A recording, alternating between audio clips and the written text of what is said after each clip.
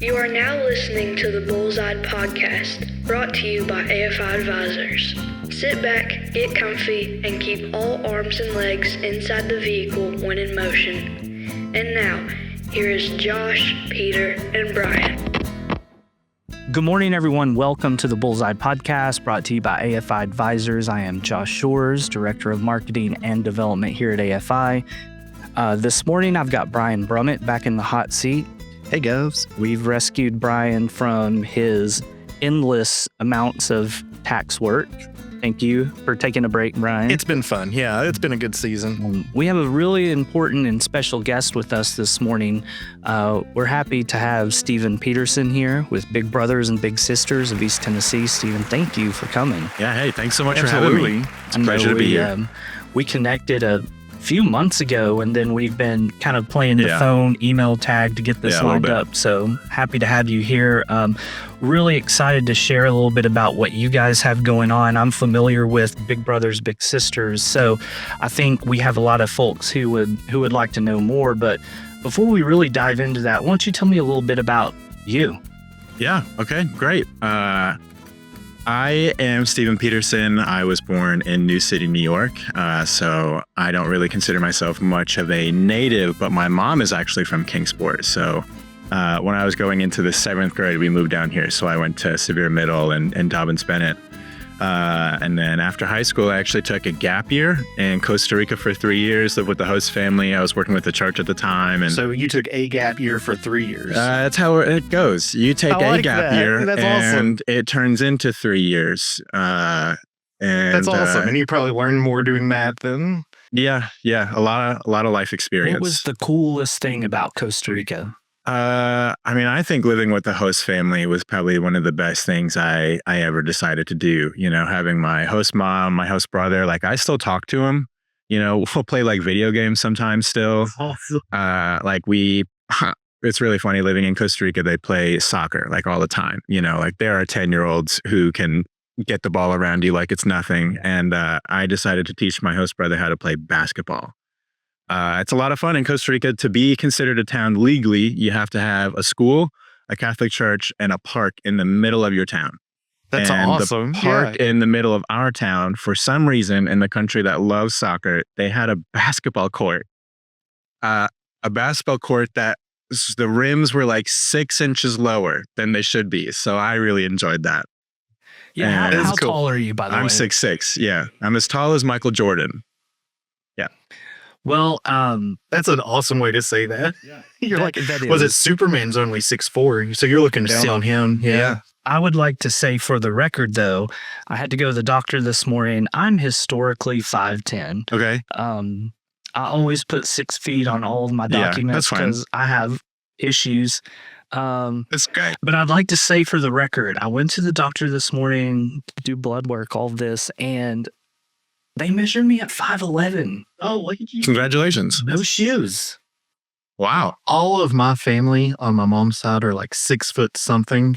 And so my whole life, I just thought I was going to end up being a tall person. And I grew really quick and then just stalled out in the 5th grade. And that was the So you're down in Costa Rica. You're playing basketball. You're slam dunking on all these 10-year-old kids. That's right. Convincing them you're Michael Jordan. Pretty much. On a lowered rim. Yeah. How did you get back here and end up with Big Brothers and Big Sisters? Yeah. So COVID, I was in Costa Rica. My 3rd year there, I was actually living by myself, close to the church. And I got a call from my host brother. He's still in high school at the time. And he was like, hey, they're closing the borders. So we're out of school right now. And I was like, oh, that's not good because at the time when you go, you automatically get like a 90-day tourist visa. And I just went to like Nicaragua and spent time over there and then came back. Like, honestly, I stood in the parking lot over there for 5 minutes and then all the border people were okay with me coming back. I knew some of them by name because I did it so much. And they were like, he's clearly American. Yeah. So he was like, they're closing the borders. I had like 2 weeks left on my visa. And I was like, that's not good because I still had like 4 months in the time that I was supposed to be there. So, kind of talked to my family, tried to figure out like what the best idea was. And it was like, I could risk going to the borders right now to try to renew my visa and see what happens in the future. Because we didn't know what it was going to be like at the time. No shutdown had happened yet. And I was like, that is not safe. I do not want to be stuck in Nicaragua, which at the time was like still kind of going through some like civil war things. So not the place I wanted to be by myself, where I know nobody. One and had a decent grasp on the language, but a completely different dialect in Nicaragua. So not a good situation. So I got a flight home. And then the shutdown happened. So pretty quickly after that, my mom at the time was working for United Way in Kingsport, and she was delivering some snacks and things to the Kingsport YMCA because they were doing emergency childcare. And after like 2 months of just kind of laying around my parents' house, she brought home a job application from them. That's when you know. Yeah. She's like, they'll get used to this. And good for you for picking up that hint, though. Yeah, that's awesome. Yeah, it would have taken 2 or 3 more before I even knew what was going on. She made it very clear. So, started working emergency childcare with the Kingsport YMCA. That was a really stressful time, kind of going from figuring out how do we keep everything clean. Imagine trying to keep middle school boys in like a group of like 8, all in like one group together. And I look back on it and I do have fun memories, but I also remember how tired I was at the end of the day. So I did that. And then I started in the after school program when things kind of more so went back to normal at Severe Middle. I then got a full-time job there. Also behavior program, Warrior Academy is what they call it. So we're giving that kids a last chance before they get kicked out. And then I ran an after school program at Jackson Elementary. And then after that, I kind of got sent to this position that Big Brothers Big Sisters was starting in the area that at the time was recruitment and event planning, I guess. I now have a different title. I'm the program manager. So it took me a minute to kind of think about what it used to be called. Because we've been shifting things around and just trying to make it work. So that was just a really good shift. At the time I was getting married. So, kind of looking at a more my first big step in my career, really kind of going from just like working these jobs into like, no, this is what I can do.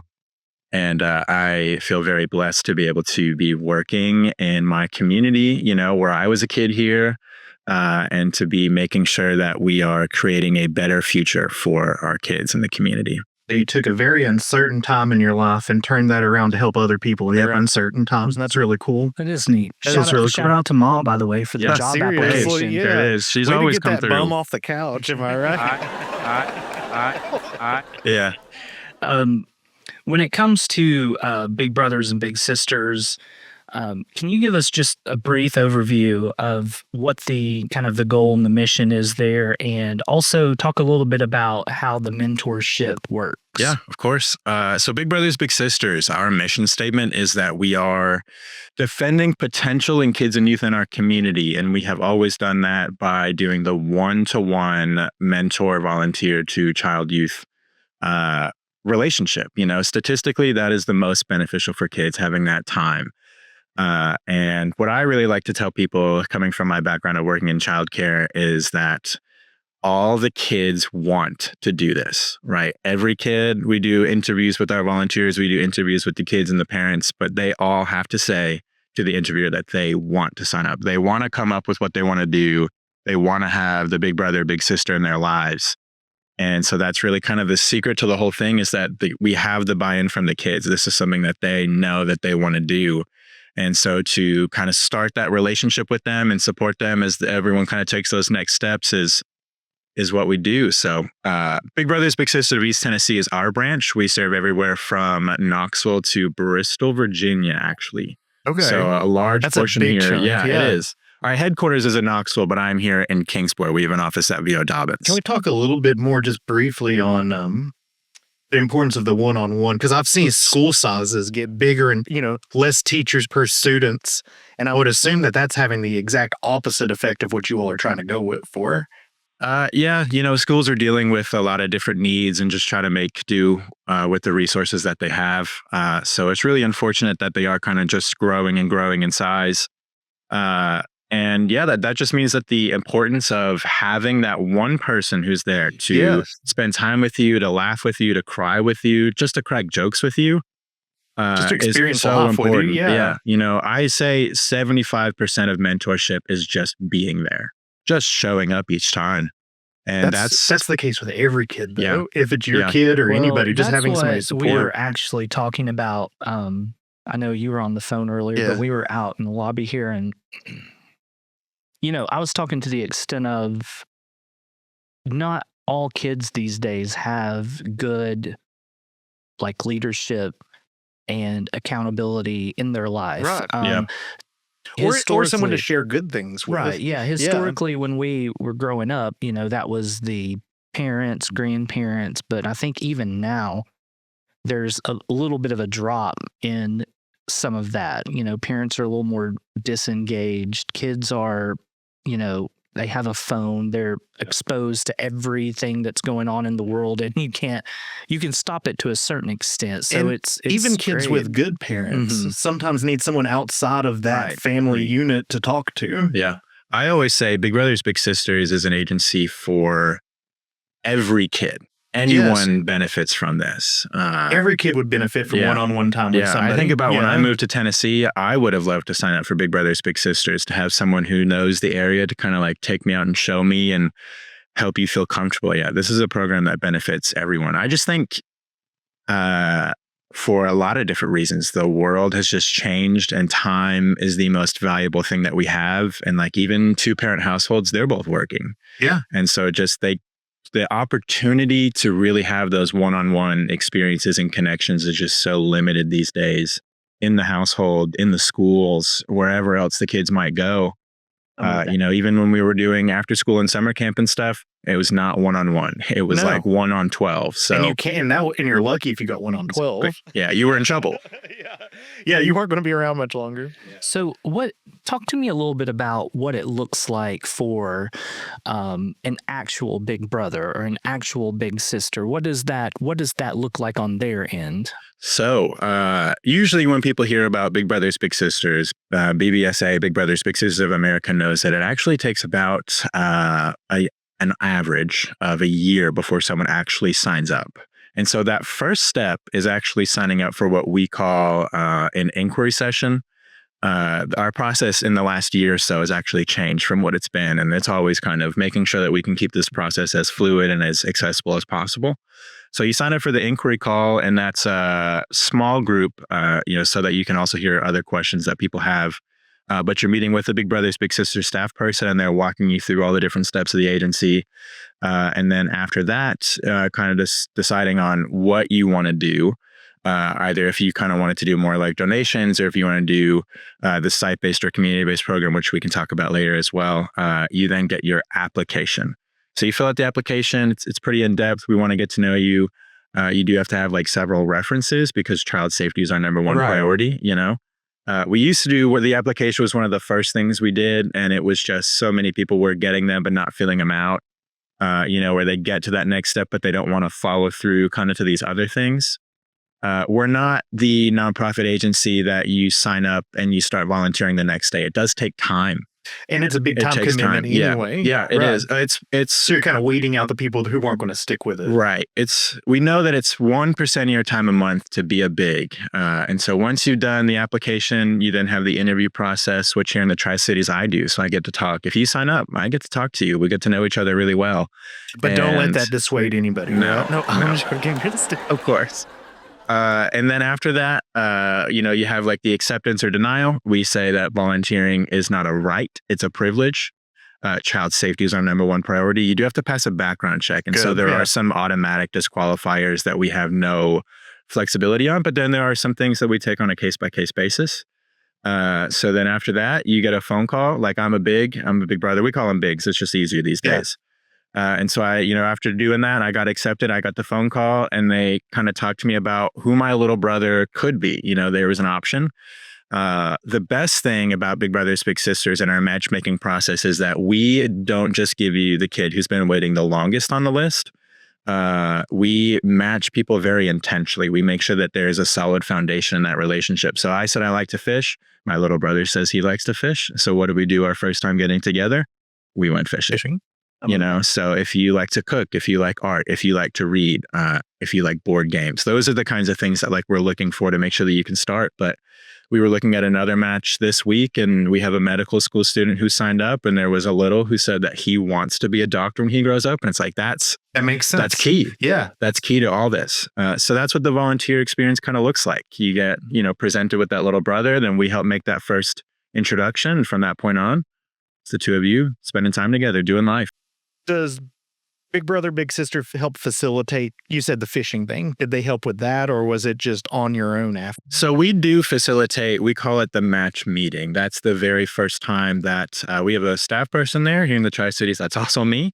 The parent, the main primary parent guardian for that situation, the little's there and the big is there. And it's the last little bit of paperwork, making sure everyone's clear on the rules. And then I typically help people kind of pick what they want to do for that first outing, that it's just the big and the little together, and where they want to go. That's kind of the big thing. I'm always looking for, hey, what's a park that the little likes to go to, and just spend time there, get to know each other.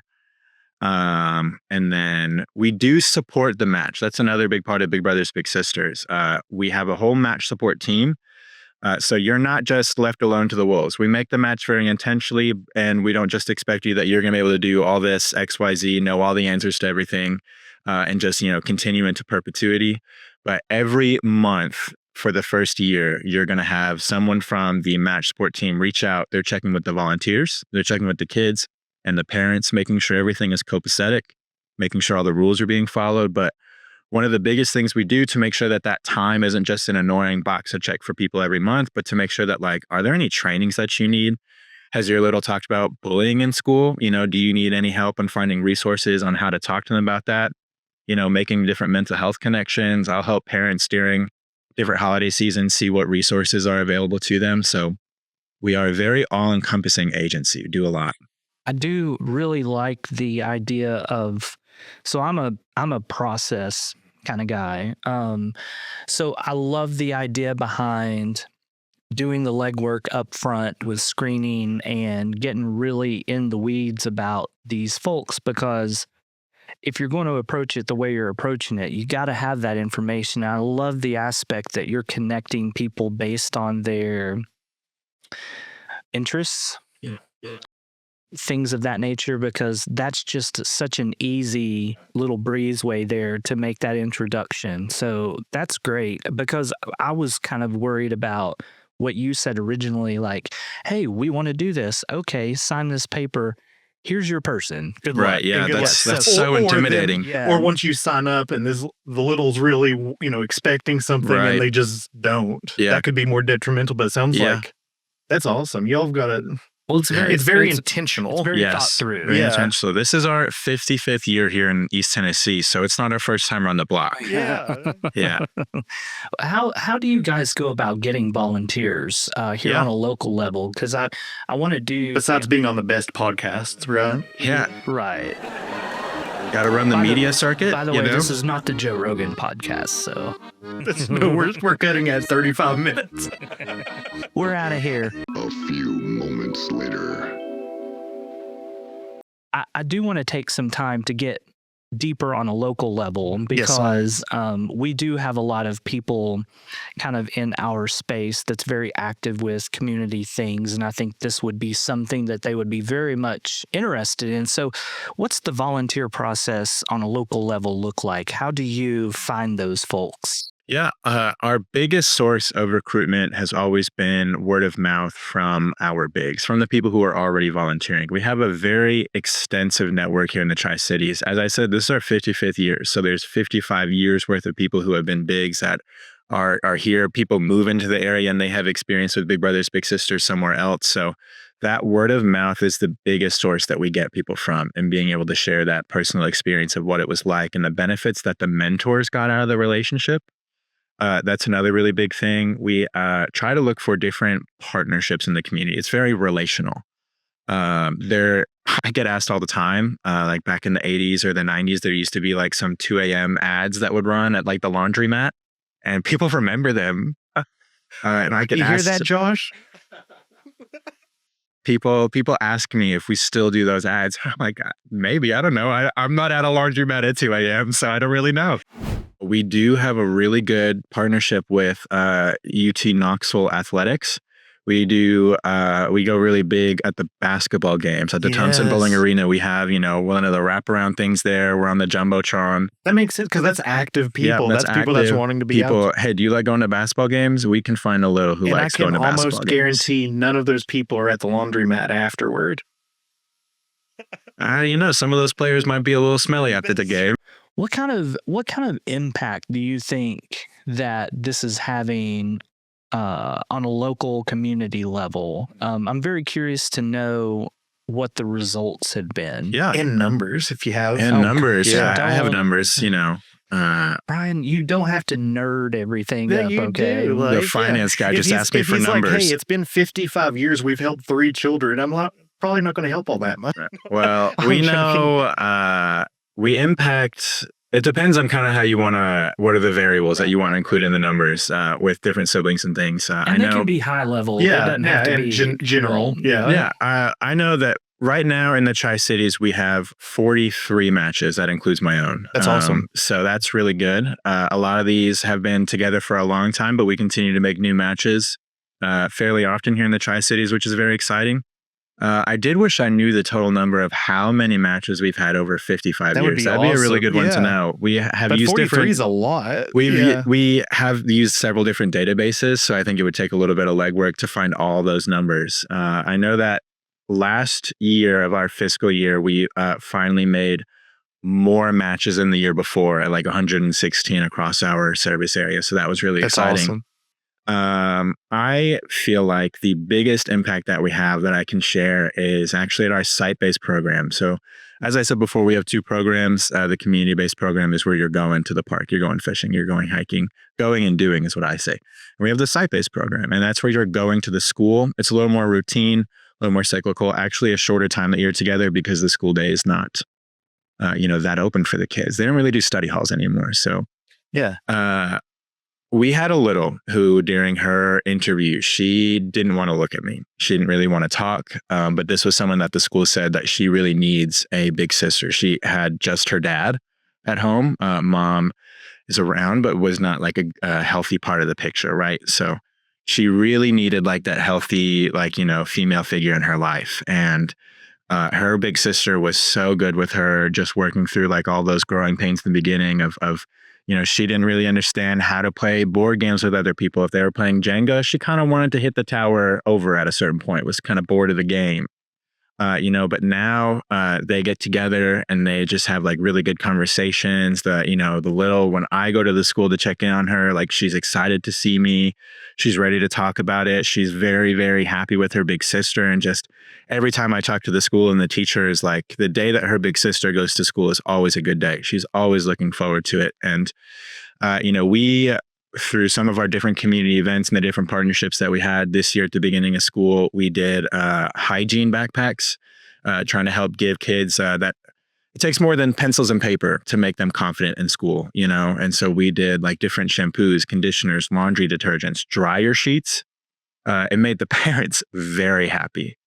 So we put all that kind of stuff in a backpack, and we were able to do that with her. And so that was a new backpack for her. This was the first year that I was talking to her big sister of like, hey, slowly work with her. Tell her how to shampoo her hair, shampoo and conditioner. She was getting kind of older and she just had dad at home. So this was a great year for her to have a big sister to kind of help her go through some of those growing pains that she was getting. And that has just been a complete turnaround for someone, that just having that one person come to school for about a half hour has completely changed this child's life. It's amazing. So yeah, that's amazing. And it's so hard too, because kids are so mean.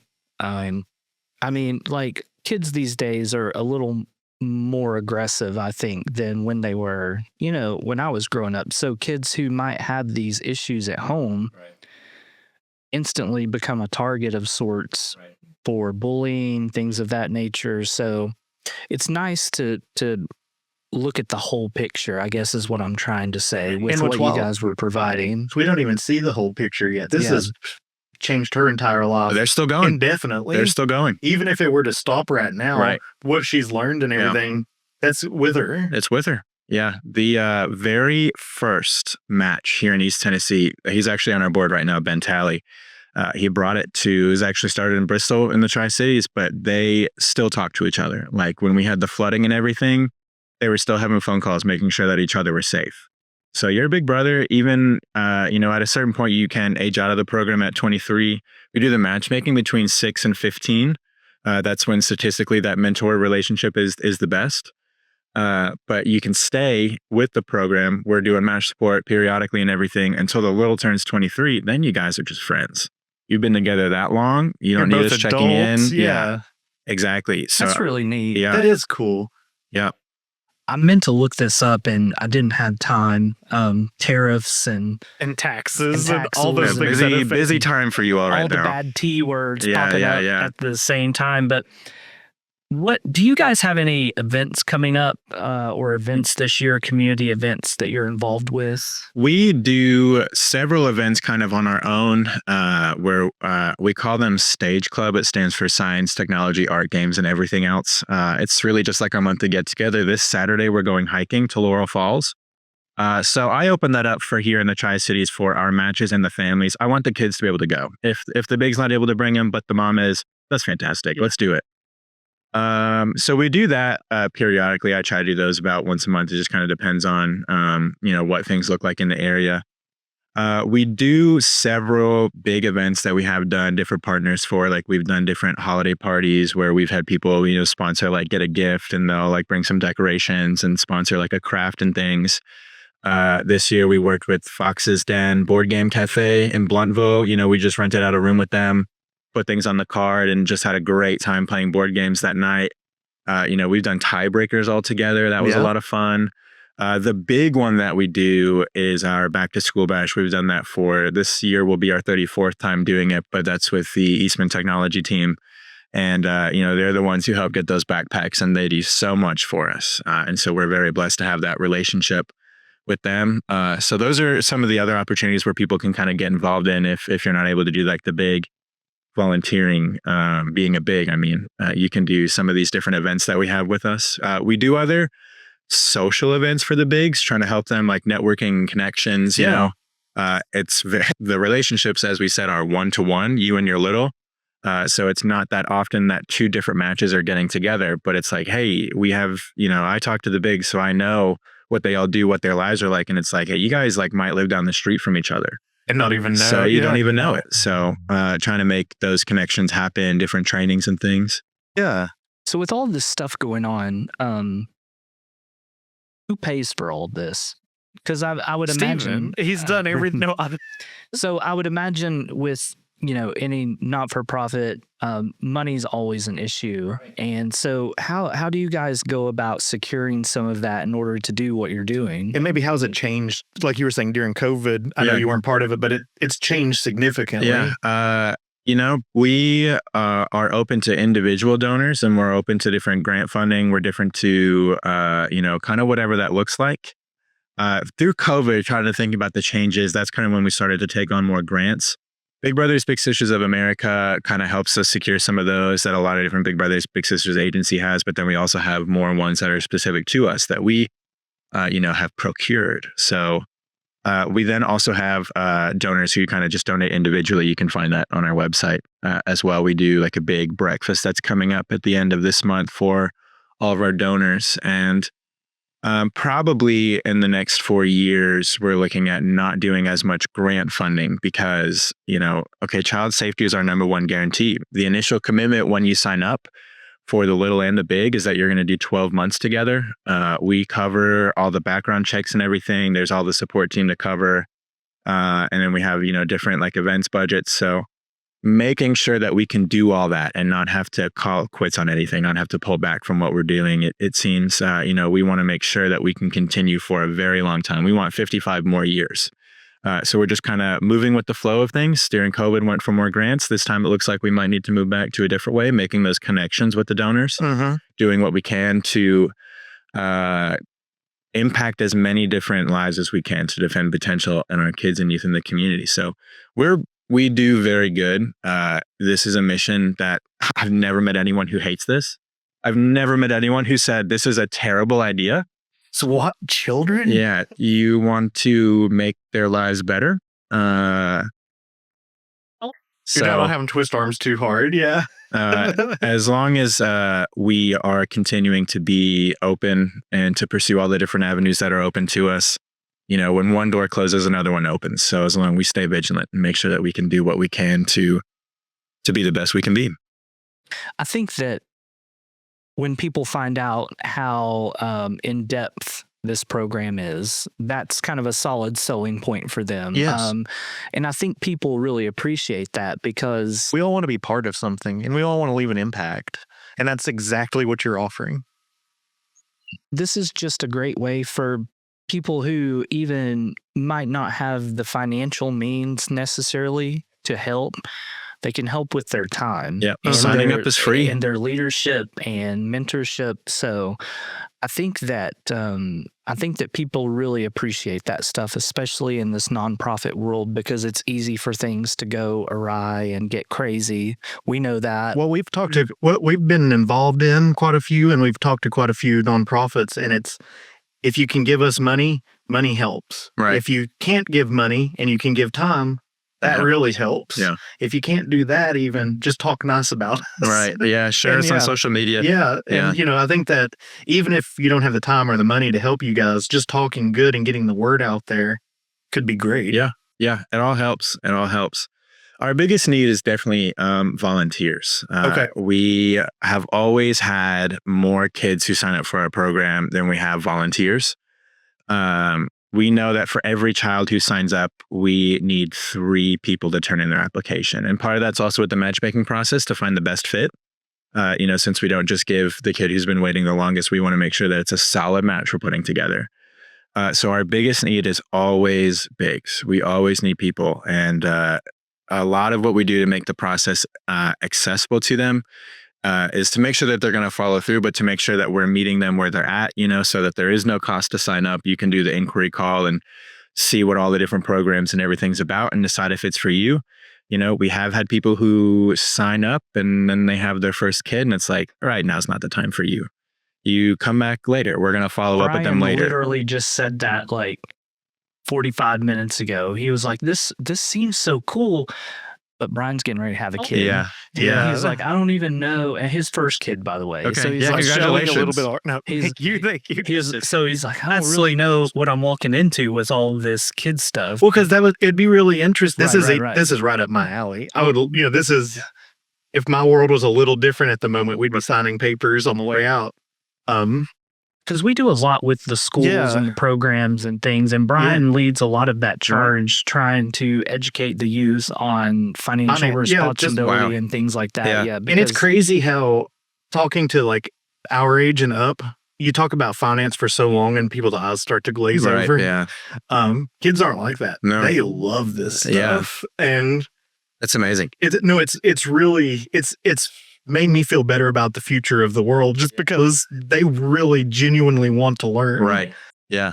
Well, kids are a sponge, right? They are. I mean, there's no kid ever born that's a bad kid. They're a product of their environment. So everything that we can do to make sure that environment's a good, healthy, strong one is only going to produce that type of human being. And man, that's what we need some volunteers. We found out that it's easy to teach kids math. It's easy to teach kids English, whatever the case, when you're talking about something that they actually care about. Right. And it turns out most of them want money. Yeah. Hey, surprise, surprise. Yeah. It's been fun. Yeah. I feel like another big piece of that is that you are not a teacher. You're not someone who's supposed to be there. You're not paid to be there. I'm out of the ordinary. You've gone on your own and you said, I wanted to come here to talk to you about this. So many people that, look at us feel like that they wouldn't be a good they wouldn't be a good mentor. You've made some mistakes. We all have. That's why I say 75% of it is just being there. The other part of that is listening. It's not having the right answers. It's not being the perfect person, but it's being there and it's listening. They listening are to them. important enough to give them your time and attention. And if you feel like, especially older folks who come up and they are always, they say, can I be a big grandmother? Yes, you can. Big mama. Yeah. And, they feel like that kids, because they're older, don't want to be around them. And that's just so not true, because you are exactly like that. You are out of the ordinary. You're taking time out of your day to be there for them. Kids know that. Yeah. And they love that. That's what they are craving, especially when they've already signed up and they say that they want a big. This is something that they want to partake in. And I mean, that's the magic of it. It's a qualified league. Yeah, it is. I mean, when you have a kid who does the legwork to say, I want this, that's your person right and there. they don't tend to just sign up for things that they're not interested in. It's don't do things they don't want to do that.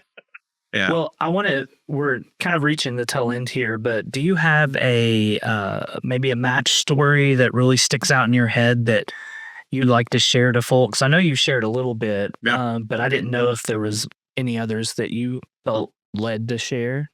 I think one of the ones that really sticks out to me that I've been thinking a lot is one of the biggest sources of volunteers that we've always gotten, especially male mentors, is the Quillen College of Medicine at ETSU. And so these are busy people. Their class schedules are crazy. They have clinicals, rotations, very busy time, and they are able to make having a little work. So, that for me is always like, people, when you want to do this, you find the time. And they have always been such great mentors for their littles, always made such a big impact. We have one big, he's been with his little now for like close to 3 to 4 years. And this is a little who lives with his grandparents, so he is a younger guy in this kid's life. They've always talked about, different problems that the littles had at school, like bullying and things, and how his big brother's been able to be there to help give him advice, to listen to those situations, to understand, to make sure that he is okay and people are checking in on him when there are those hard times during school. This little's grandmother died, and he was able to be there for the funeral and things, making sure that, again, he was there to listen, to hear all the different emotions that his little brother was feeling. And through all that, what they get to do each time they get together is like go rock climbing at Base Mountain, is go hiking, is go out to eat, is go out to different arcades, have a good time together, have fun. That's such a big part of this too, is having that fun time, those memorable experiences. His grandfather's not able to do that with him all the time, and with such a difficult home situation where it's already living with the grandparents and then one of them passes is really difficult. So that big just got matched here in Kingsport to his residency. So he is looking at like his time and they're about ready to step away from Big Brothers Big Sisters. But that is a huge success story because it's not the end of their relationship, right? They've been together through so much. This big is kind of taking the next step in his professional career, and he doesn't have the same time that he did. He's going to be pretty busy with his first set of real job stuff. And they're still going to be able to be together sometimes. They're still going to be a part of each other's lives, making such a big impact on him to be through all the highs and lows of life. When you look at volunteering for us, we're not the kind of agency where you're one and done. You are building a relationship. You are making a connection. This is impacting you just as much as it is them. And you are doing an important job in our community, defending potential. These are kids, his little didn't really know what he wanted to do in life. Now he's really open to different career opportunities because he's seen his big brother work through everything. How does it work? Trying to make ends meet, just continuing to persevere. So that is one of the big stories that stick out to me right now. That's awesome, I'm curious. Steven. You said something about it's about having fun. Mm-hmm. Do you like to have fun? I like to have fun. Well, it's the lightning round.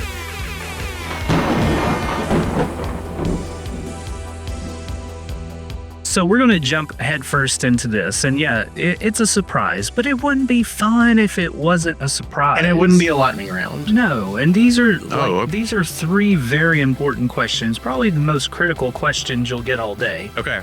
So, other than helping the kids. Other than helping the kids. Which is up there. These are the 3 most important questions today. Yeah. These are like, close but the kids second. are up Right. here. Okay. Right. But I'm just going to shoot them, and as soon as you think of something, just spit whatever comes out. As quick as you can. Yeah, lightning round. Remember, this is a family-friendly show, Okay. so keep that in mind. I'm ready to get to these questions. So we're going to Keeping me on the edge of my seat here. Question number 1. Okay. What is the best breakfast cereal of all time? Best breakfast cereal, Lucky Charms. My man. That was pretty good. Lucky Lucky Charms is a Charm. good one. We get some people in here that say healthy ones, and we're like, you're obviously lying to Yeah. us. Yeah, No, you never tell had us the Cookie Crisp truth. before? Cookie Crisp. Mine's Oreo O's. Oreo O's. Yes. That's tough for the morning, in my opinion. No, Oreos are never tough. Brian's ready to go Yeah. at all times. All times. Yeah, if you're a Lucky Charms guy, I love Lucky Charms. What was your favorite? It was something stupid like Sugar Smacks or something. No, sugar. Ooh, those are gross.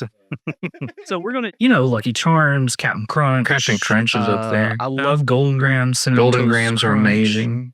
I'm cuckoo for Cocoa Puffs. nice. Marketing plug there. Okay. Question number 2. Yeah. If you could have one superpower, Mhm. what would it be? I have always said teleportation. Oh, that's cool. That's a Yeah. good one. I'm sticking with flying. That's a good Everyone one. knows where I stand on this. I'm a If flyer. you say flying, like, is it like the same kind of energy as like running?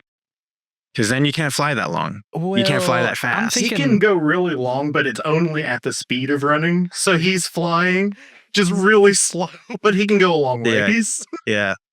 It's good. I'm thinking like Superman. Yeah. So he also wants super speed. I just really all I You want want it to all. do is walk right out here and just go. That's what I'm saying. But if you don't have super speed, it's going to take you like 3 hours to get home. Yeah. So we're gonna. So we're Just paddling, gonna swimming through the sky. teleportation. Where would you You know- teleport to? So we're gonna, like anywhere. right now. It It would would have been handy be- in 2020, It wouldn't it? would have been handy in 2020. It would be same thing you say. It's actually just like that ease of transportation. Like, am I done here? Ready to go back to the office? At the office. Do I need to go to the grocery store? At the grocery store. It says a lot about you that if you had the ability to teleport, you would still be Yeah, I'm at still work on I'm still time doing here. what you're doing. I'm still at Big Brothers Big Sisters, but I'm just where I need to be immediately. Also, like with teleportation, there's no like stress of like people expect me to fight crime.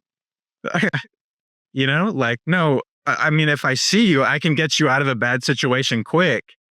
But I'm not awake at night. That's my bedtime. It's the best thing ever. So the bat signal would not work for you No, because he'd be you'd sleep asleep. right through it. No, the bad signal is for Batman. I'm not related to anybody else here as much as So We're about to spawn right into a new episode of crime fighting and or not. superpowers. yeah, Or not crime fighting. when to and to not Yeah, crime fight. yeah. Well, let's finish strong here. So the third question's a little Yep, more I'm ready. serious, but if someone were to describe you or to say a good thing about you, what do you hope that they would say? I would want them to say that I gave it everything I had. I feel like that's like the kind of thing I'd want written on like a tombstone, that I left it all out there, I didn't hold back. I like that. They're going to mess up and be like, you tried his best. Yeah, that's what was coming to the hesitation was, how do I phrase this better? He did the best he could with what he He had. did the best he Way to could. ruin the moment, Brian. But it was really cool. That's a good one. Well, Steven, thank you for everything you do. And thank you for taking the time to come share course. this with us. If someone wanted to get in touch with you Yeah. or your business, or Yeah. how would they do So that? all signups are online. It's www.tennesseebig.org.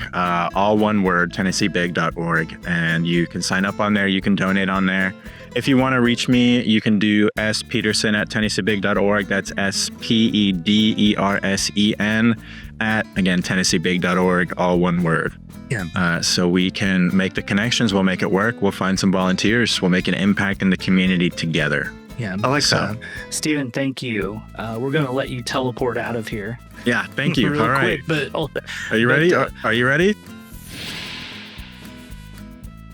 That was really cool. Yeah.